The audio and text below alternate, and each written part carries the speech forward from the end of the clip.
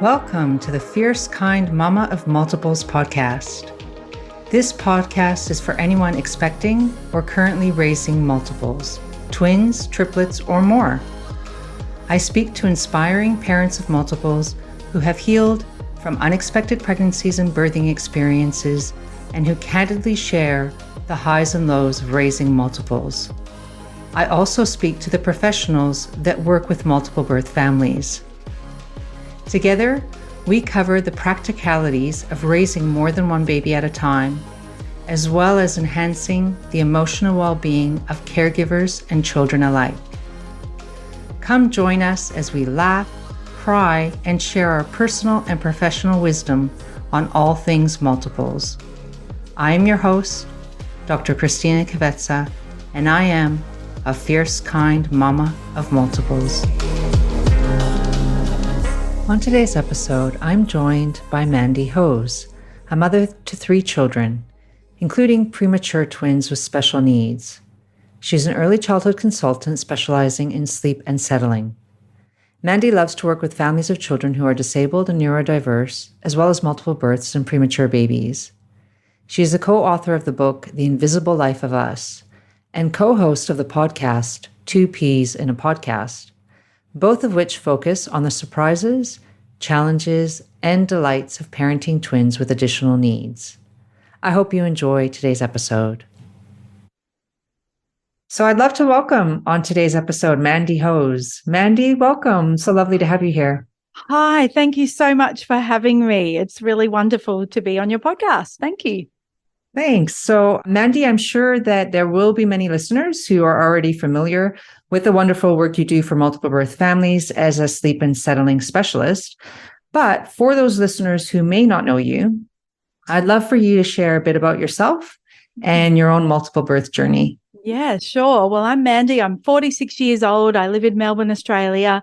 It's 38 degrees today, where it's like summer has arrived. I was a first-time mum when I found out I was having fraternal twin girls. My dad's an identical twin, and my grandma was Scottish. And so all throughout my life, she would say, "You'll have the twins, you'll have the twins." And so I believed her. And I've even got it written in a book when I was a teenager. I hope when I'm an adult, I'll have twins. So when I was I thought I was extremely sick, vomiting a lot in those early days of being pregnant. And I met the obstetrician and I said, "I'm pretty sure it's twins." And she said, "Oh, everybody says that." And I thought, okay. So I went back to spewing the whole time. And then I had the scan at 12 weeks because they're nearly 18. So this was 2005. There they both were. And I was like, I knew it. And yeah, I remember because I'd worked in childcare, I'd also worked at a parenting centre. So down here in Melbourne, there's a centre called the Queen Elizabeth Centre, or QEC, early parenting. And so it was a parenting centre where families would come in, and they still do, for sleep, help with eating, behavior, all of that sort of stuff. So I've worked with a lot of toddlers and babies. And so I remember saying, two-year-olds, how are we going to do that? And my husband was like, "Who cares about two-year-olds?" But I was like, no, I know it's going to be hard. But also how amazing. There's 2 babies in there. And how have they survived after all my vomiting? Like, incredible. So went along with the pregnancy, and then I went into spontaneous labor at 31 weeks. So yeah, it was pretty hard from about 26 weeks. I had lots of pain and stuff, but yeah, so that was a shock. We just moved house a week before. And so of course we were just in chaos, and all of a sudden we're having our babies at 31 weeks. So luckily we were at Monash, the big hospital. So they went straight into intensive care, and there was 2 beds because, as I since realized, sometimes babies are moved. And yeah, it was a big roller coaster of having premature twins. So expressing, leaving them, all of that sort of stuff, I found extremely difficult. And then eventually we got them home, and we're in the chaos of twins when you don't know if it's night or day. And, you know, I remember someone saying, "I can come and drop off something at 9 o'clock in the morning." And I was like, how rude. Like, do they know how tired I am? Because you're just up all night. So we were in the thick of that. I had tremendous family support. I was very fortunate for that. And actually the handling of babies, changing nappies, all that sort of stuff, I was quite good at. Bathing, all of those things felt really easy to me. Getting them to sleep, I knew what sort of had to do. I knew how to be sensitive to their ages and their stages. But also I knew that I've got premature babies. They were tricky. Yeah. Absolutely. So it wasn't like we were coming home with term babies. We weren't. And they weren't coming home with the term mummy either. So yeah, it was challenging times. And then when they were around about 4 months, I went to the maternal and child health nurse and said, I think something's going on with one of my babies. She's not rolling. She's not using her right hand. And at the time, the nurse said, developing beautifully, she wrote in the book. And I remember thinking, I don't think so, but I don't actually want to know either. So I'll just leave it and we'll just keep going. And then when we got to the 8-month check, they were 10 months. So 8-month corrected, I went in saying there is something going on. She's not rolling. She's not using her right side of her body. And I've got a twin here who's doing that stuff. So I've got a copy and paste right in front of me. I also know about childhood development. Something's going on. So she grabbed me and said yes, because of course I was, emotional. And then she said, yes, there's something. So then we were put on the roller coaster of pediatrician and all of that sort of stuff. And eventually, roundabout by the time MRIs and all that, we were given a diagnosis of developmental delay. But I also said, please, I think it's cerebral palsy. I know it is. Please, can we just say it? And the pediatrician did at around about 1. So she was diagnosed with a right hemiplegia. And then to add to the story, at 2.5, we realized her twin was actually walking up on her toes as well. And she was then diagnosed with a left hemiplegia. And so I was in the world of both my twins having a cerebral palsy diagnosis and both of them with a brain injury. So, yeah, was a lot. Absolutely. Yeah. So that's that. It's quite a lot for your listeners too, but that's us in those early days. And then we were just put into the world of, and I was trying to go back to work. I went back to the parenting center for a year, but actually then by the time they were about 3, I was diagnosed with glandular fever. And then I just fell in a big fat heap and went and had some psychology. And she said, you've got post-traumatic stress. You are raging with it. And I was like, okay, thank you. That's what it is. So then saw her for a year, which was an amazing, kind of saved my life, or, we got through stuff. And then when the girls were about 4, then I wonderfully got pregnant with a singleton. And so had another daughter. At the scan, they said to me, I was like, it's one baby. And they said, yep, there's one baby, but there is an empty egg over there. And I was like, oh my gosh, I could have had twins. So I must have released 2 eggs, but one didn't take. So yeah. So, there's plenty of people have 2 lots of twins, but I was very scared of that. So yes. Yeah. So, yeah. And then when she was 3, I decided to start the business because I thought I need to work, but I can't. I just don't think I can work for anybody. I've got so many appointments, surgeries, Botox, casting, physio, OT, dietitian, speech, all of it. How on earth can I go to a workplace? So then I thought, well, I'm really good at sleep and maybe I can make sense of all this, and I'm going to work with premature families and multiple birth families and families with kids with disabilities. And I just started it on Skype and thought, I don't even know how to use Skype, and let's just give it a go. Wow, that's big, amazing. Long monologue. Sorry. That's a monologue. No, not at all. Amazing. There's so much there in your story that I think we could branch off of and talk about in more depth. I think, one of the things that came in my mind when you were speaking was you had a professional background in childhood development. Yes. And I wonder if that experience, if you felt that helped you with your multiple birth parenting journey, or do you felt like in some ways it kind of hindered you? I've got goosebumps. No one's ever asked me that before. I think both. So I think I was keenly aware of attachment. And in those days when they were in NICU and I felt like I couldn't be with them, I was very upset about that. More so than I've seen perhaps other people, because I thought they need to be with me. They need to be touching me. I need to be talking to them. So all that pressure I was putting on myself, reading to them through the doors in the NICU. How do I attach to both babies? How do I do all this stuff? Because that was our work, is teaching parents how to work on their attachment. So I don't know if that helped or hindered me. Practically, it definitely helped me. I wasn't overwhelmed by their sleeping. I knew when it was right to start doing some teaching. I knew when it was right to just be uber flexible. And then I just helped everyone, all my twin mum friends everywhere. Just do this, do that. It just rolls off my tongue. Okay, you got 9-month-old twins. This is how it could look. That kind of stuff. So I had all the sort of routines imprinted in my head and I knew where we were sort of up to. So that helped. I wasn't fazed by feeding 2 babies. I wasn't fazed by bathing them, all of that stuff. Yeah. So I think the emotional stuff, though, I probably put a lot of pressure on myself. Yes. Yeah. And I think that that's a common thing I actually hear from professionals. I myself have been trained as a psychologist. That's my background. And I think that when I found out I was having twins, the first thing that I worried about was, well, they're always going to have to share me. And then how do I build a relationship with them individually? Like it's, and I worried about that too. And I do sometimes think having the knowledge that we have as professionals can sometimes get in the way, but it also sounds like, there's a lot of benefit to having had that knowledge and that experience, because as you said, there were some things that you just weren't fazed by. No. And there were some things you knew how to do. Pooing at the same time, changing those nappies, that's fine. Yeah. I was like, I've changed 20 babies' nappies in an hour, like working in childcare. That's fine. It was my heart. My heart was broken and I hadn't ever had a broken heart before. Yeah. And I think that's the main point here is that there is often, when I speak to multiple birth parents, what I've noticed is there's a real healing that needs to happen from what is, usually in most cases, an unexpected spontaneous pregnancy, or there were elements of the birthing experience, or, the aftermath that weren't wanted or desired. And then there's not even enough time for, I think, the mother and the partner, if there's a partner in the picture, to deal with what happened.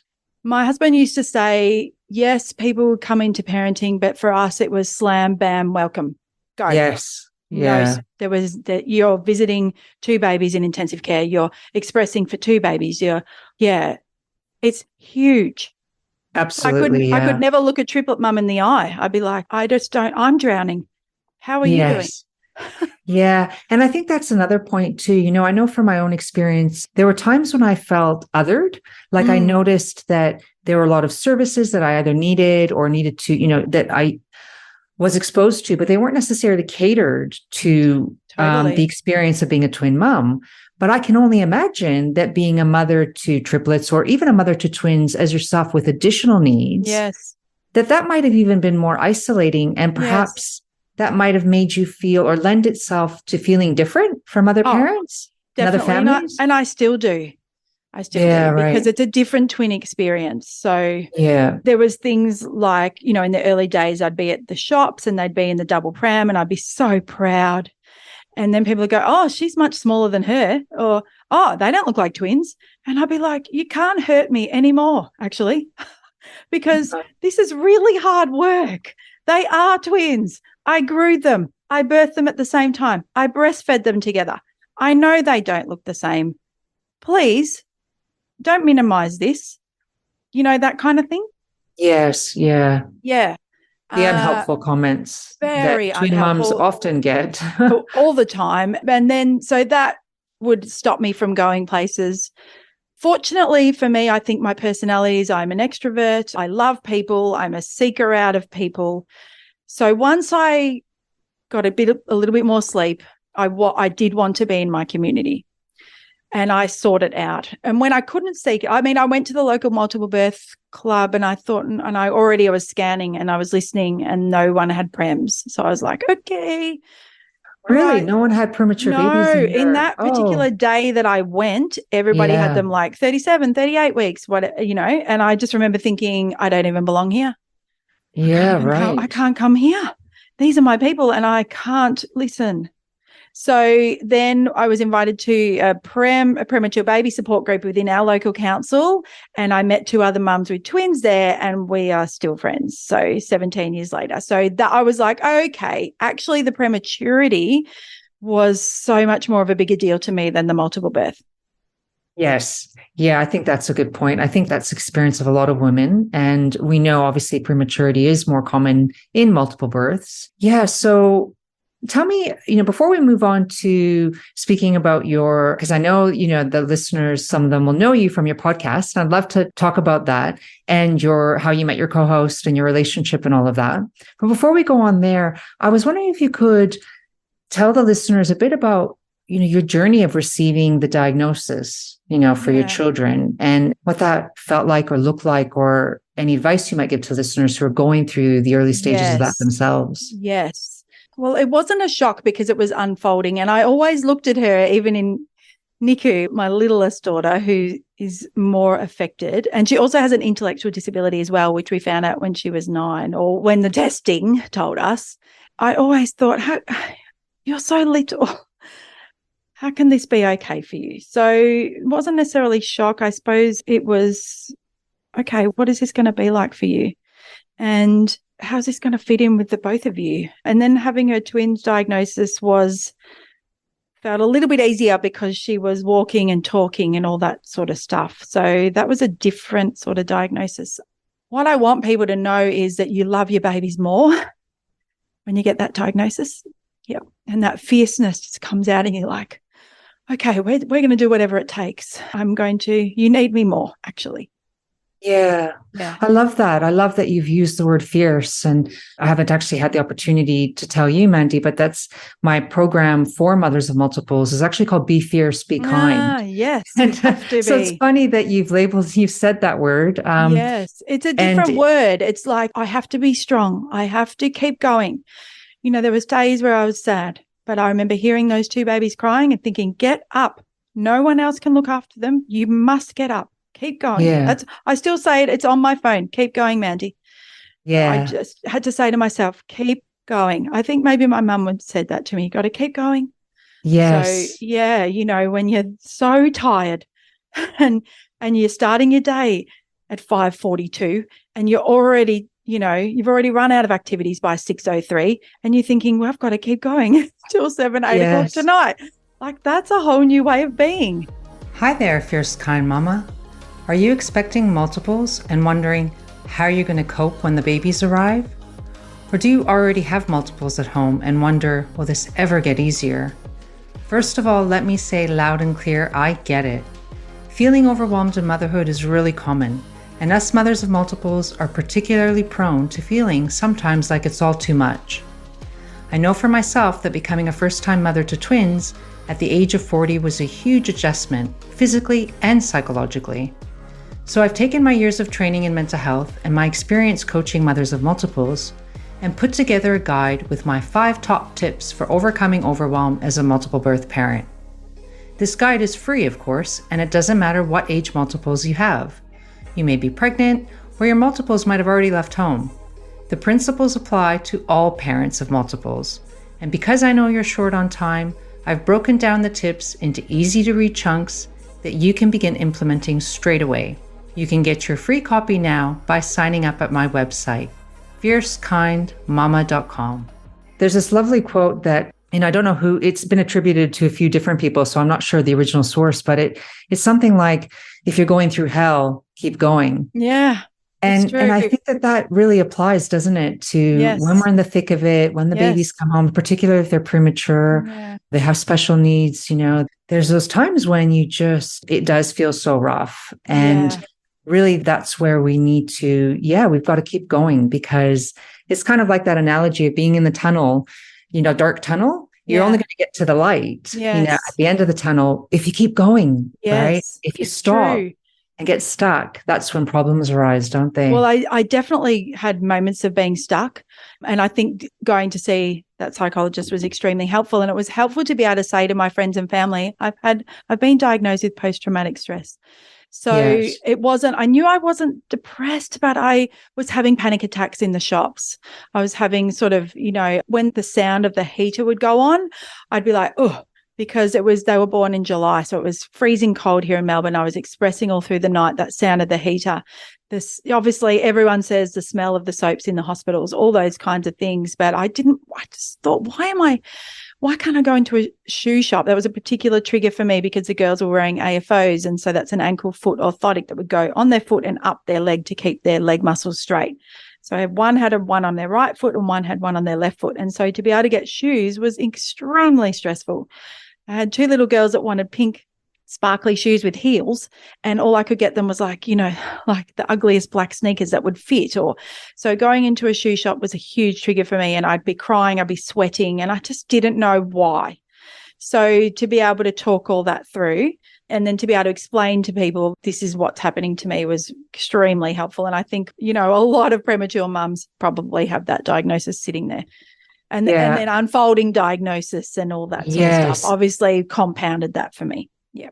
Yeah, absolutely. And when I hear you speak, I think it almost sounds like it was such a relief to have someone. Yeah, it was huge. It was huge because I'm like, with my professional hat, I was like, I'm managing.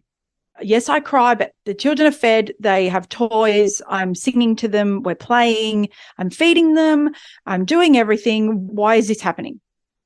Yeah. And I think that, it almost gives us permission to say, actually, there is something here. I'm not just weak or struggling or, there's actually something here. I'm giving myself permission to recognize that. And it wasn't a reflection on the babies because I loved them and I was so grateful to have them.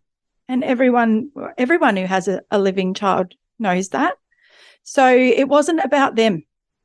Yes. But my body was kind of traumatized. Absolutely. Yeah. So, I know that you have a special relationship with your co-host on your podcast. I'd love to speak a bit about that, how you met and that journey and your podcast itself. Yeah. So we met, when they were all around about 1, and this is before Facebook. And so I don't know who told me about the Australian Multiple Birth Association had a forum. And so I went into that and it was so great because you could go on at 3 a.m., 6 a.m. There was always people on there from all around Australia. And somebody had said, we're going to have a dinner in the eastern suburbs of Melbourne. And so, of course, I went because I thought I'd already sort of flagged people that were going. Yep, they had prems. Okay, it's not all glowing. So I think I can trust these people. And yes, and I met Kate that night alongside a whole lot of other awesome women. And she had had her twins at 33 weeks. She'd had a extremely stressful pregnancy with her boys with twin-to-twin transfusion. She didn't even know if they would be alive. And so I trusted her with my story and she trusted me with hers. And so then all of us would have get-togethers. We'd go to parks with fences. Everyone come to each other's houses and just buckle down with all these toddlers. And I had lots of friends with kids with diagnosis already or they were unfolding. And so, Kate and I, we'd go out for dinner and then we'd drive each other home and then we'd say, but actually this is what's really happening or this is how I'm really feeling. And we were both at the same time leaving our churches. We'd grown up in different churches, but at the similar time, we're leaving our faith communities. And that felt very isolating. And it was terrific to be able to talk to somebody else about what that meant. Yeah. And so we were friends all the way along and our kids went to different schools and all that sort of stuff. And then around probably 2017, 18, I started listening to podcasts. So did Kate. And we were like, I reckon we should do one about, I always thought we need to have a revolution in the multiple birth world to be talking about families like mine. I've worked with so many multiples with disabilities and I just saw so many women that felt like me and we were just sort of not really acknowledged. And also, even if we were acknowledged in the multiple birth world, the women were too tired to actually run it. So if Amber needed someone to be the multiple birth coordinator, I was just like, I just can't do it.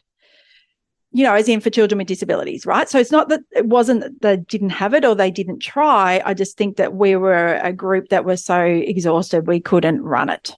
Does that make sense?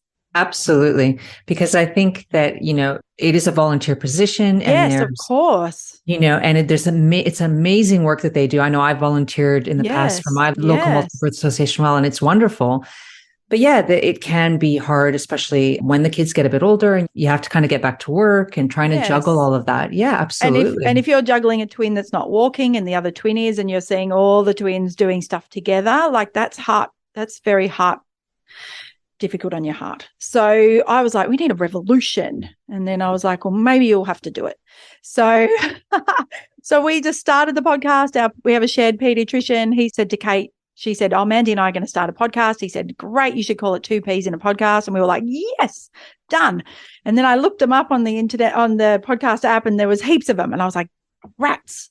And then we thought we're not giving up on it. So we thought we'd spell it TOO, even though it confuses everybody. But we thought we'd say, because that means us too, you too. So whoever wants to join into this group. So we thought we'll just do it. We needed 30 listeners. That's what Kate had read. That's what you need to grow a podcast. I just sent it to everybody I knew. I posted it in every group I was in, every Facebook group. And we just said, give us a listen. And yeah, we got 100 listens on the first episode, and then it just took off from there. So we had to be fresh. We wanted to be fresh with it. We wanted to be respectful of our children. We were very mindful. So they have pseudonyms. We didn't want to be talking of, we were very mindful that it's not their story, it's ours. How do we do that respectfully? There's lots of commentary in the disability world about parents and how they, sometimes are not thoughtful of that space. So we always have that on the forefront of our mind. Also, having worked with women, knowing that women need this support. Yeah. And I think it's amazing. And just so listeners know, so it's TOO. TOO. TOO. Two P's in a podcast. Yeah. And I've had the pleasure of listening to your podcast, and it is very good. So if listeners are out there and any of this resonates with you, please check it out. It is an amazing resource. I know you've also written a book. Yeah, we wrote a book. It's called The Invisible Life of Us. One of my friends gave me that title when we were like, what should we name the podcast? When we were like, maybe we won't do 2 Ps. She has twins, one with severe cerebral palsy, and she said The Invisible Life of Us. And that just resonated. And I thought, yes, that's an awesome title for the book. So, yeah, we got a book deal with Penguin. I mean, that was incredible. And we wrote during the 2020 pandemic. We were both in serious lockdown here in Melbourne. Everyone was home. We couldn't leave our 5 kilometres. We had curfews. I mean, it was rough. But actually, we did then have a bit of space to write. And we were ready to have it launched. And then we went back into like the 6th lockdown in 2021, like 2 days before the launch. So that was really disappointing. Yeah. But really proud. I never saw myself as an author. I took the easy way out and thought I can talk. So I'm doing a podcast. People have always said, you should write a book. And I was like, nah. So it was a good personal test to sit and concentrate, think about what I wanted to write rather than just speaking. Yes. What an achievement, though. It's amazing. It's remarkable that you've accomplished so much. And I know that you also kind of shifted your work a bit after you had your children. Yeah. You met, prior to that, you were working at, I think you said, at a parenting center. QAC. Yep. Yeah. And then when it was ready to go back to work, did you decide to develop your own business? Yeah. Well, what I think when I went to see the psychologist when they were 3, she said, I don't think you can do this work at the moment, because I was obviously talking about how, sleep schools or whatever parenting centers, there's a lot of multiple births come in there. And so I think that was getting difficult for me.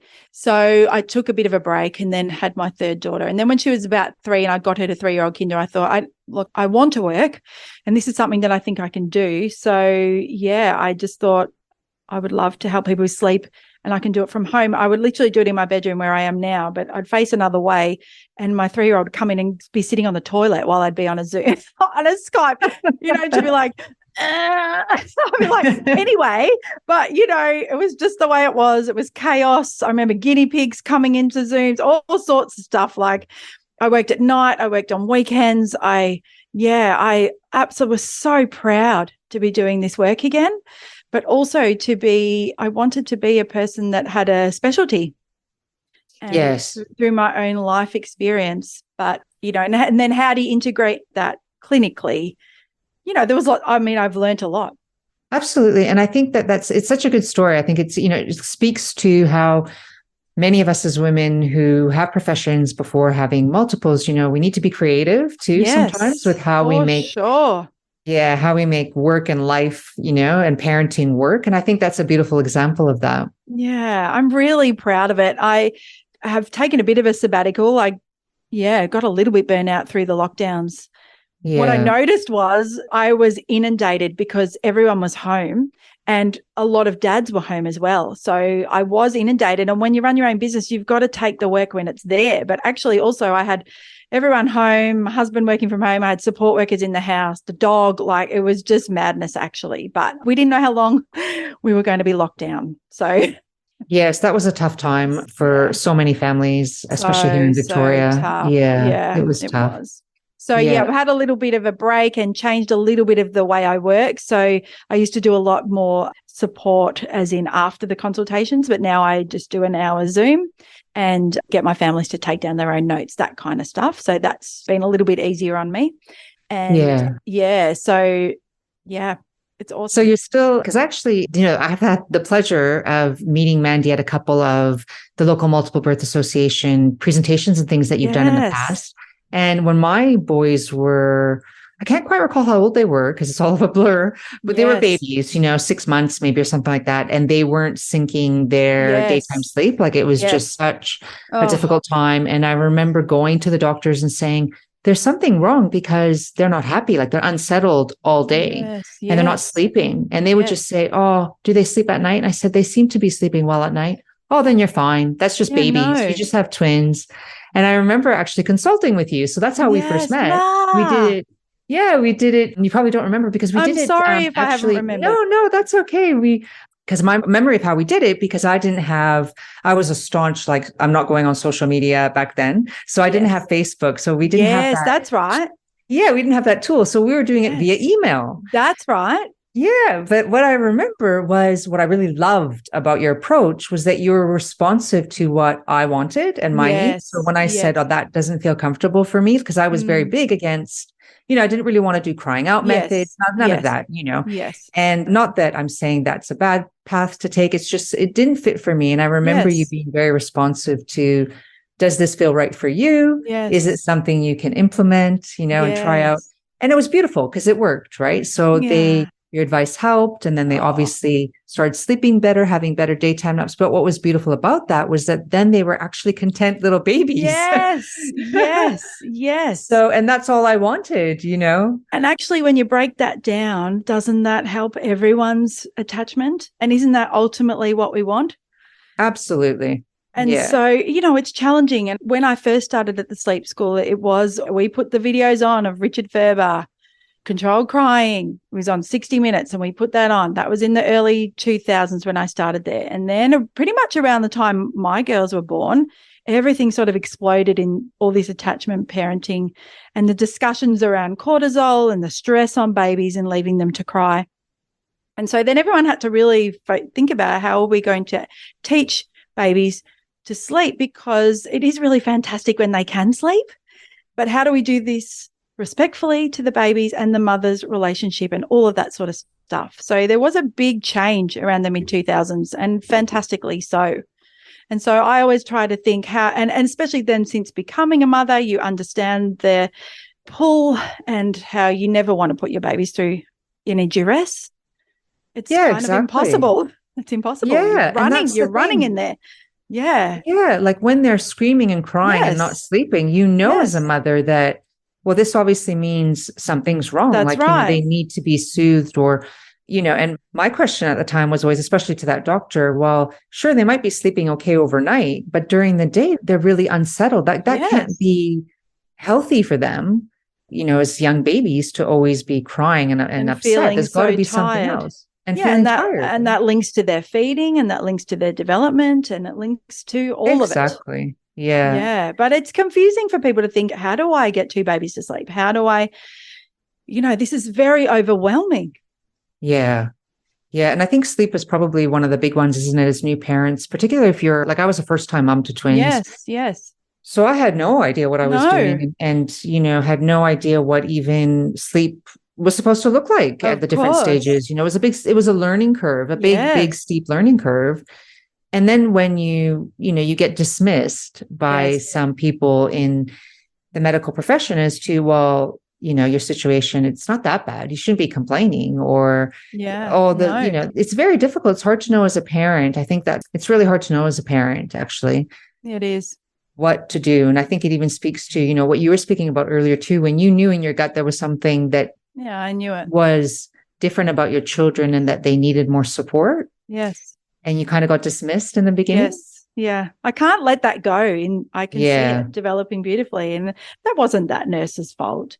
But I can't forget that because I was like, I knew it. Yeah. Yeah. Yeah.